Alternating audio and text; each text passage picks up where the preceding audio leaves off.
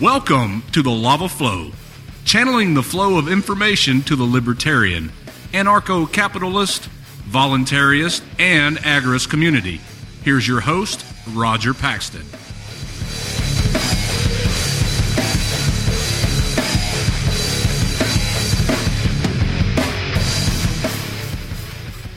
Thank you for joining me on the Lava Flow, from the state where an elected state legislator gave away his adopted children to a child molester.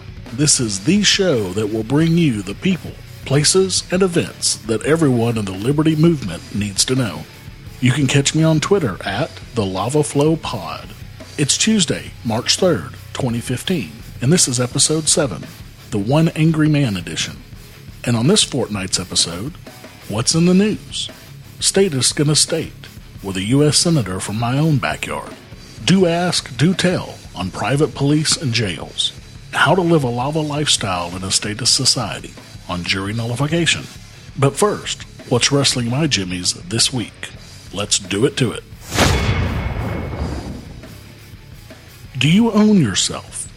I don't mean do you have ownership papers or anything like that, but do you really own yourself? I ask this because over the last few weeks it has become abundantly more clear to me that I in no way own myself.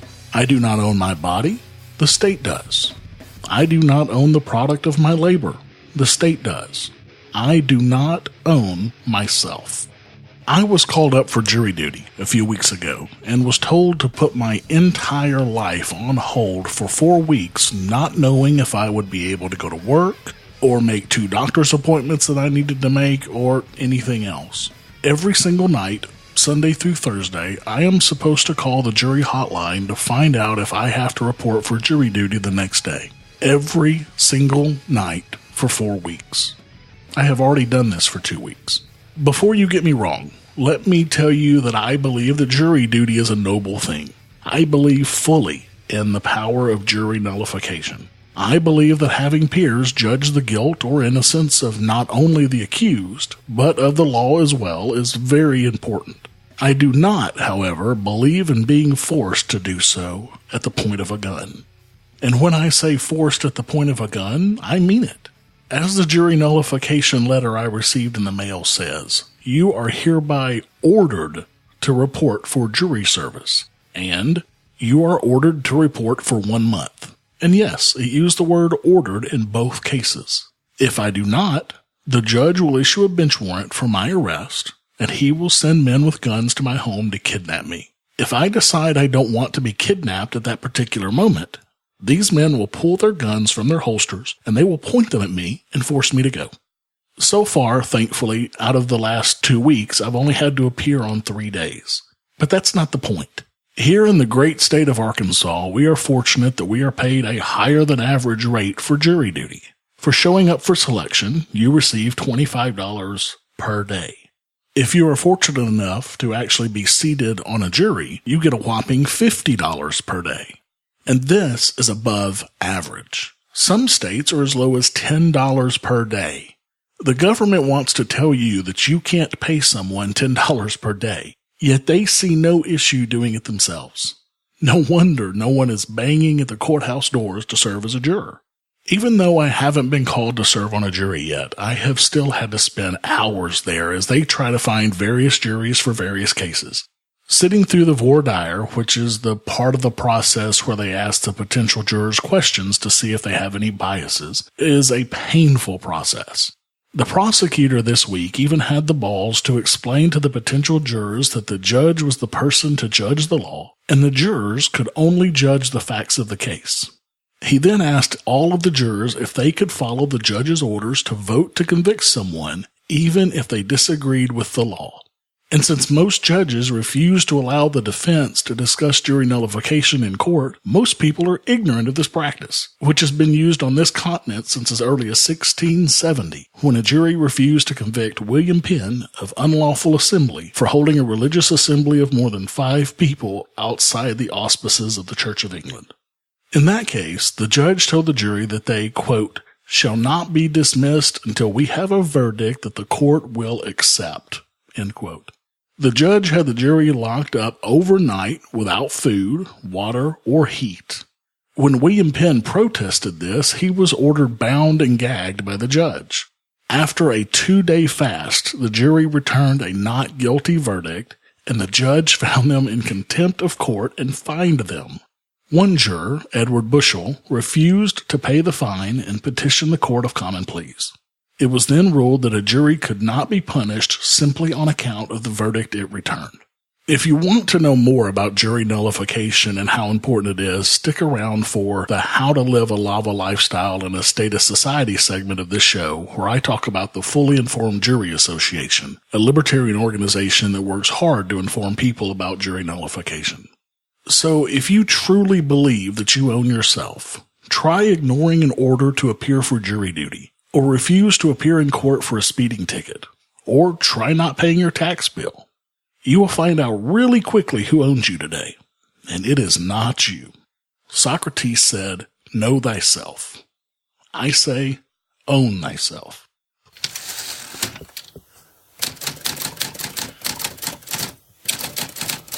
This week in the news.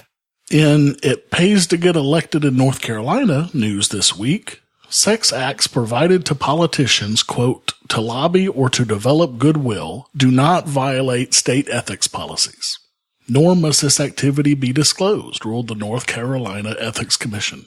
Under North Carolina law, lobbyists must report gifts and things of value worth more than $10 per day given to someone covered by the state ethics acts or their family.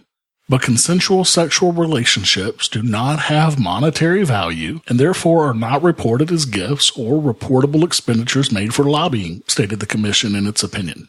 Now, if the lobbyist pays a prostitute to have sex with a politician, this is considered a thing of value. Go figure. What do you want to bet that everyone from the NRA to Planned Parenthood will be hiring sexy young women to lobby for them in North Carolina from now on? In Oklahoma, you're okay news this week, the state's House of Representatives voted last Tuesday to end government licensing of marriages. Sort of. A Republican representative introduced the bill with the intent of getting county clerks out of the duty of officiating marriage ceremonies because some clerks have religious objections to gay marriage.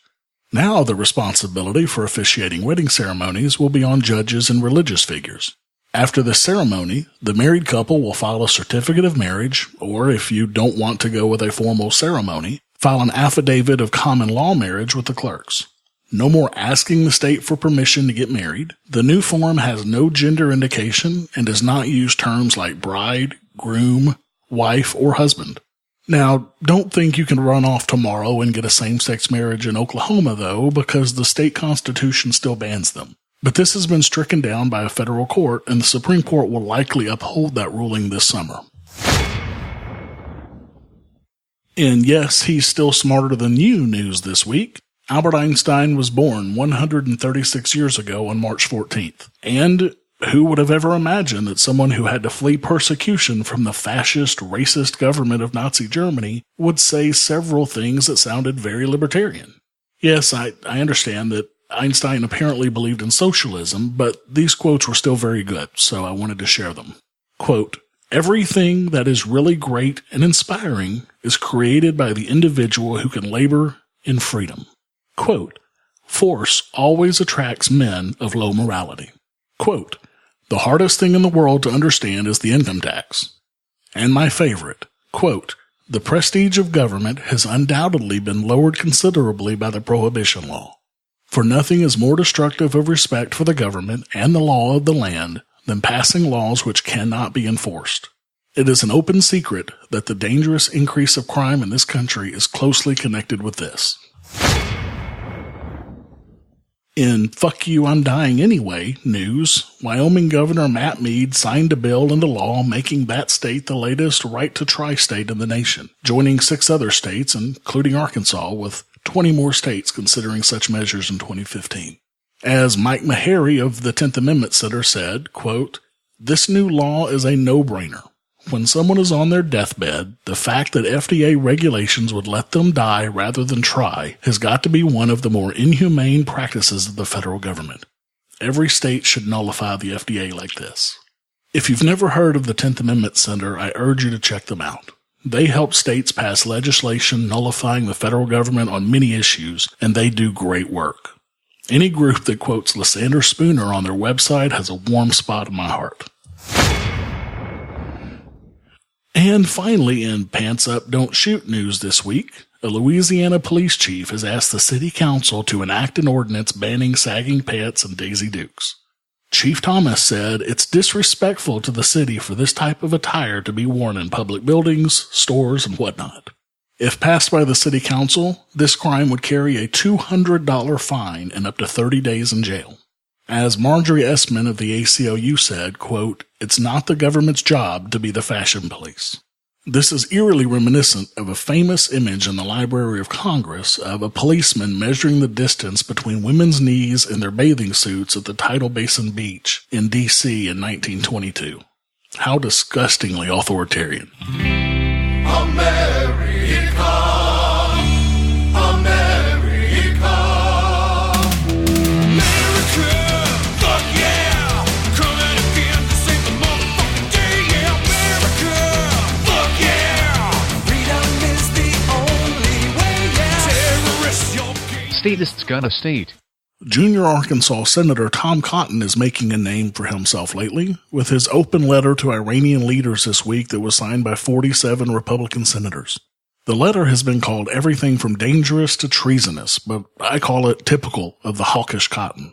And apparently this hawk is a hero in our home state, where Republicans in the Arkansas legislature are already pushing a bill to allow Cotton to appear on the ballot for re-election to both the Senate and for president in 2020.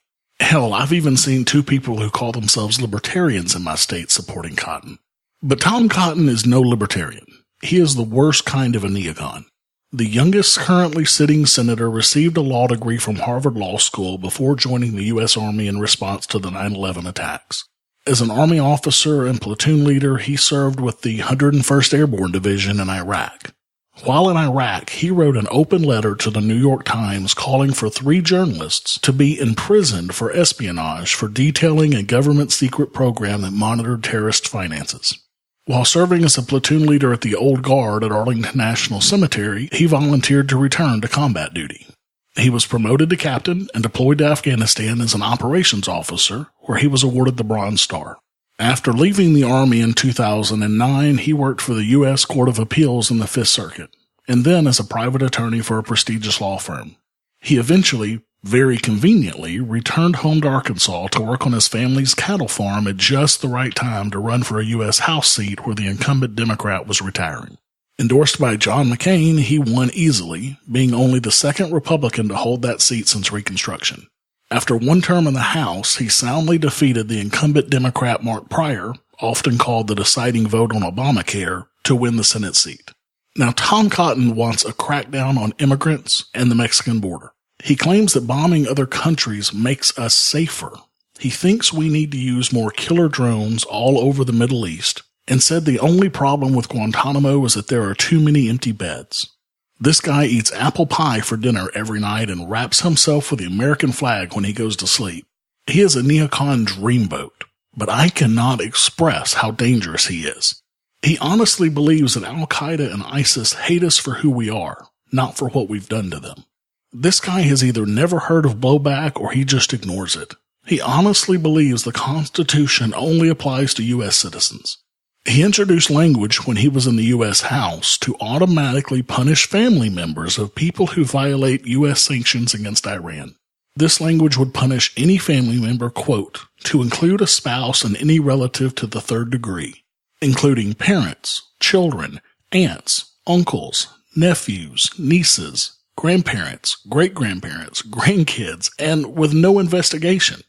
As Cotton himself said, quote, if the prime malefactor of the family is identified as on the list for sanctions, then everyone within their family would automatically come within the sanctions regime as well. It'd be very hard to demonstrate and investigate to conclusive proof. Iranian citizens do not have constitutional rights under the United States Constitution. I sympathize with their plight if they are harmless, innocent civilians in Iran. I doubt that is often the case.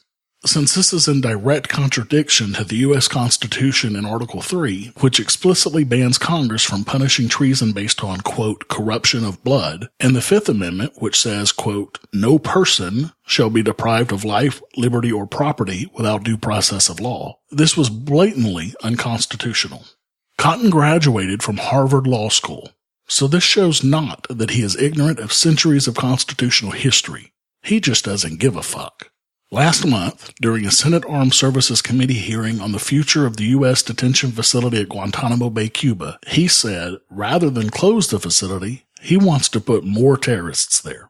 Here is part of his questioning of Deputy Undersecretary of Defense Brian McKeon during this hearing. Islamic terrorists don't need an excuse to attack the United States. They don't attack us for what they do. They attack us for who we are. It is not a security decision. It is a political decision based on a promise the president made on his campaign. To say that it is a security decision based on propaganda value that our enemies get from it is a pretext to justify a political decision. In my opinion, the only problem with Guantanamo Bay is there are too many empty beds and cells there right now. We should be sending more terrorists there for further interrogation to keep this country safe. As far as I'm concerned, every last one of them can rot in hell. But as long as they don't do that, then they can rot in Guantanamo Bay. If this type of rhetoric isn't dangerous, I don't know what is. Anyone who can say, the Iraq War was a just and noble war, with conviction, is a danger to the country and will only lead us to more wars, such as the one he is apparently trying to start with Iran. Here at the Lava Flow, we will be keeping an eye on Senator Cotton, and I'm sure this is not the last we've heard from this neocon.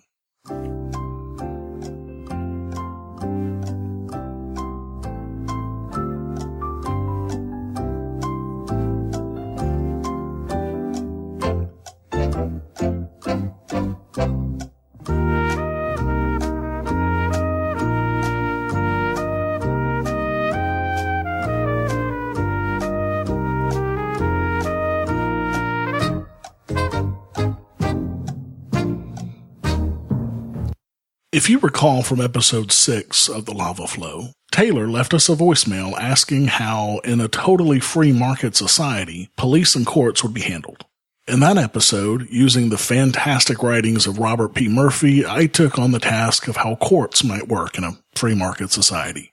In this episode, I will handle the second part of the question: how could law enforcement be structured in such a society? Since I spent a lot of time talking about Murphy's theories in the last episode, I thought I would use Murray Rothbard's theories for this segment. My favorite book of his, and most people's, is For a New Liberty, and it goes into detail quite heavily on police and the libertarian society in Chapter 12. You can read For a New Liberty for free at the Mises.org website, or by going to the show notes to this episode at thelavaflow.com/7 and clicking on the link to the PDF version of the book.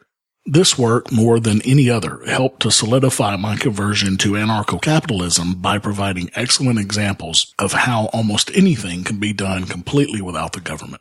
First of all, let's get rid of this myth that private law enforcement could never work. It is simply not true. Pinkerton has been around for 165 years and had power to arrest any criminal anywhere in the country for a long time. They investigated crimes, ran an intelligence bureau during the Civil War, foiled an assassination attempt on Abraham Lincoln, and disbanded Butch Cassidy and the Wild Bunch.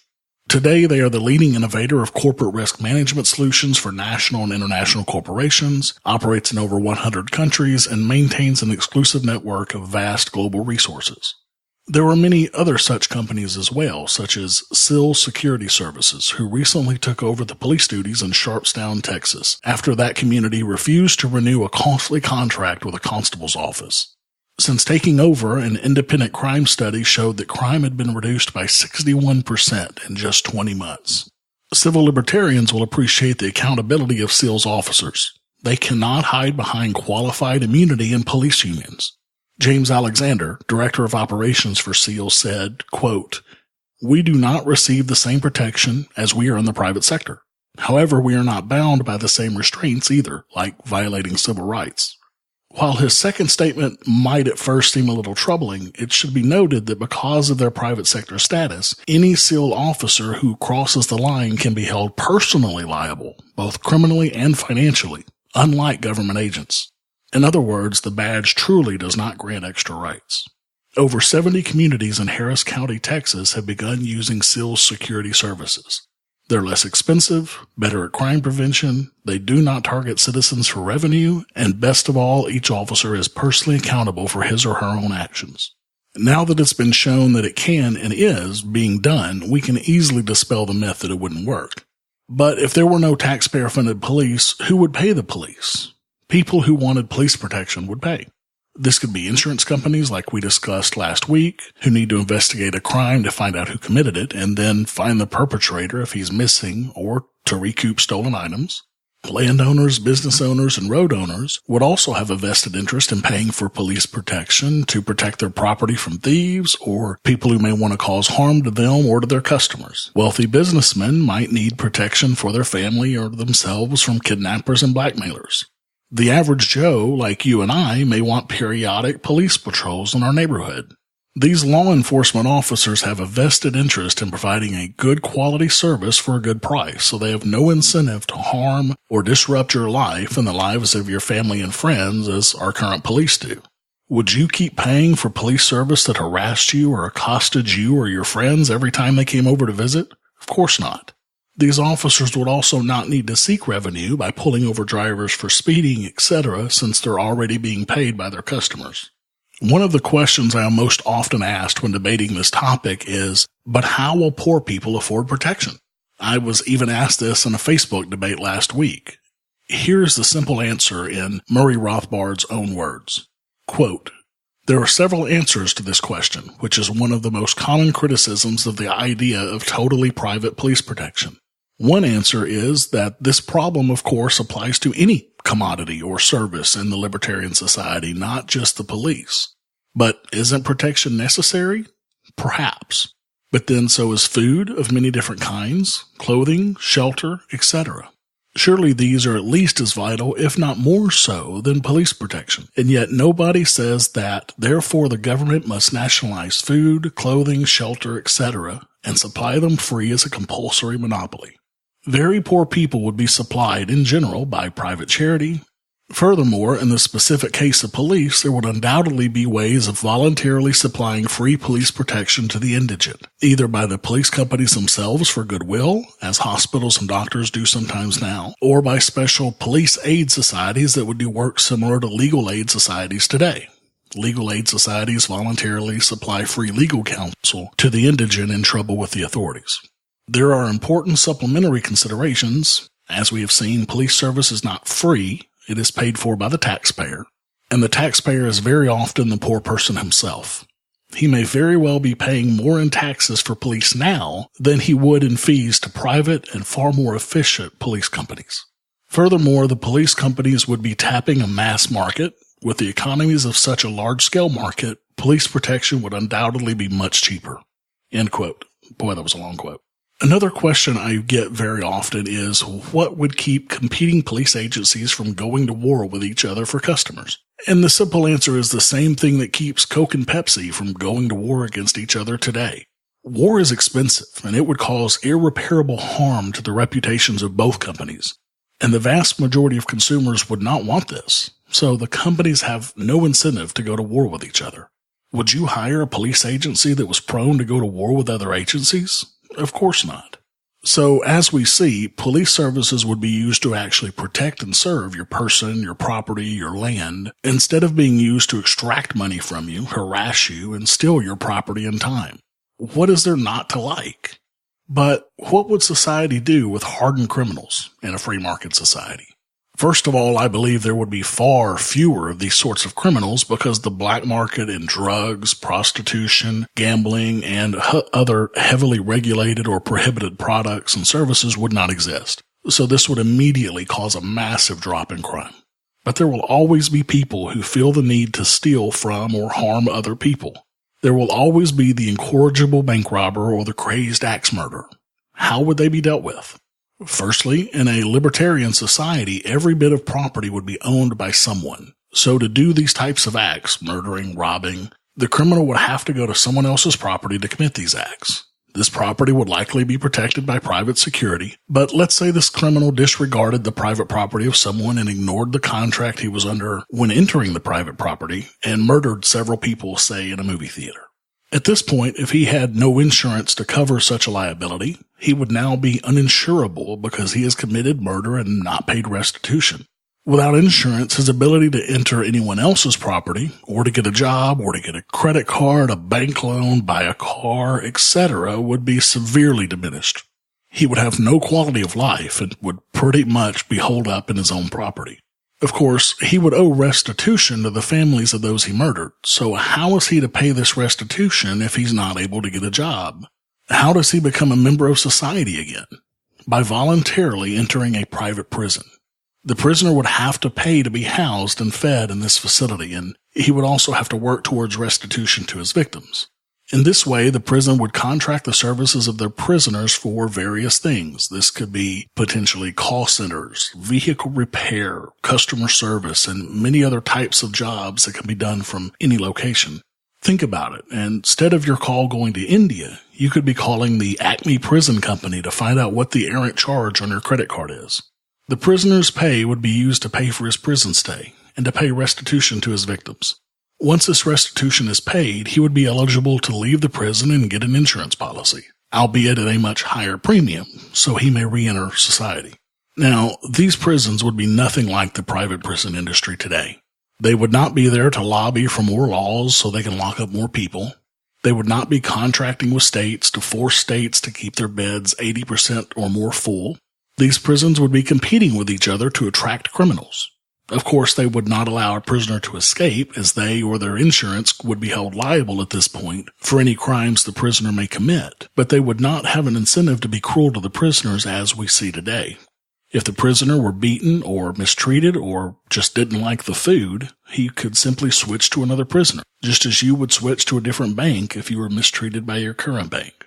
Like I said last week, we know exactly how this would look in a libertarian society any more than we could have said what an iPhone would look like 15 years ago. But these ideas and many, many more are excellent exercises for showing what is possible. I encourage you to read more on this topic and let me know if you feel that I may have missed something. You can contact me at thelavaflow.com/contact.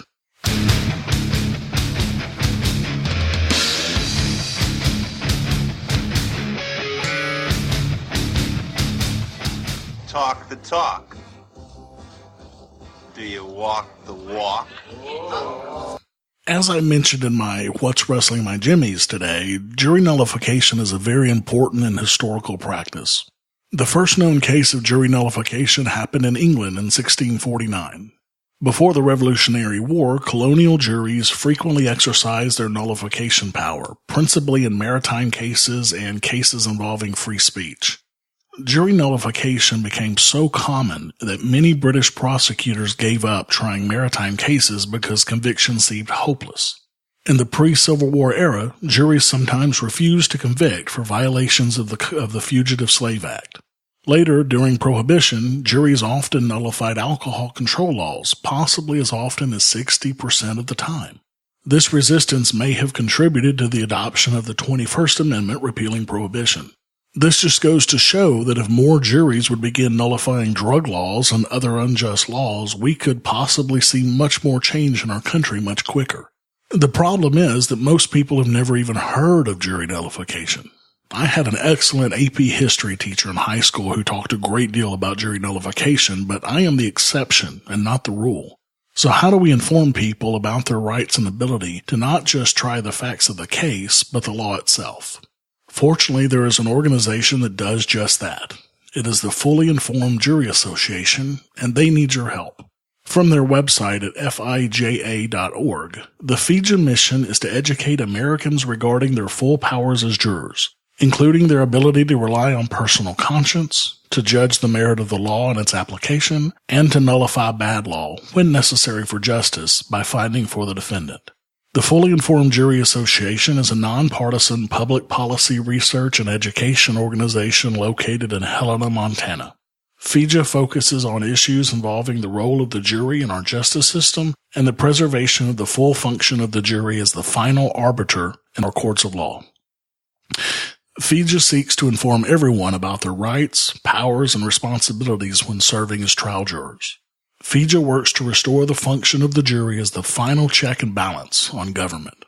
Now, they have a ton of great information on their site, including a library chock full of information on how you can help with activism and organization for FIJA, a bunch of brochures ready to print and hand out at courthouses, and a selection of jurors' guides that help inform people of their rights as jurors.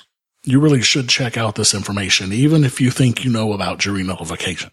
I learned a lot from this site. And if you feel compelled, support FIJA financially. They accept Bitcoin and credit card donations, and you can even become a monthly contributor. I highly recommend this organization is worthy of your donations.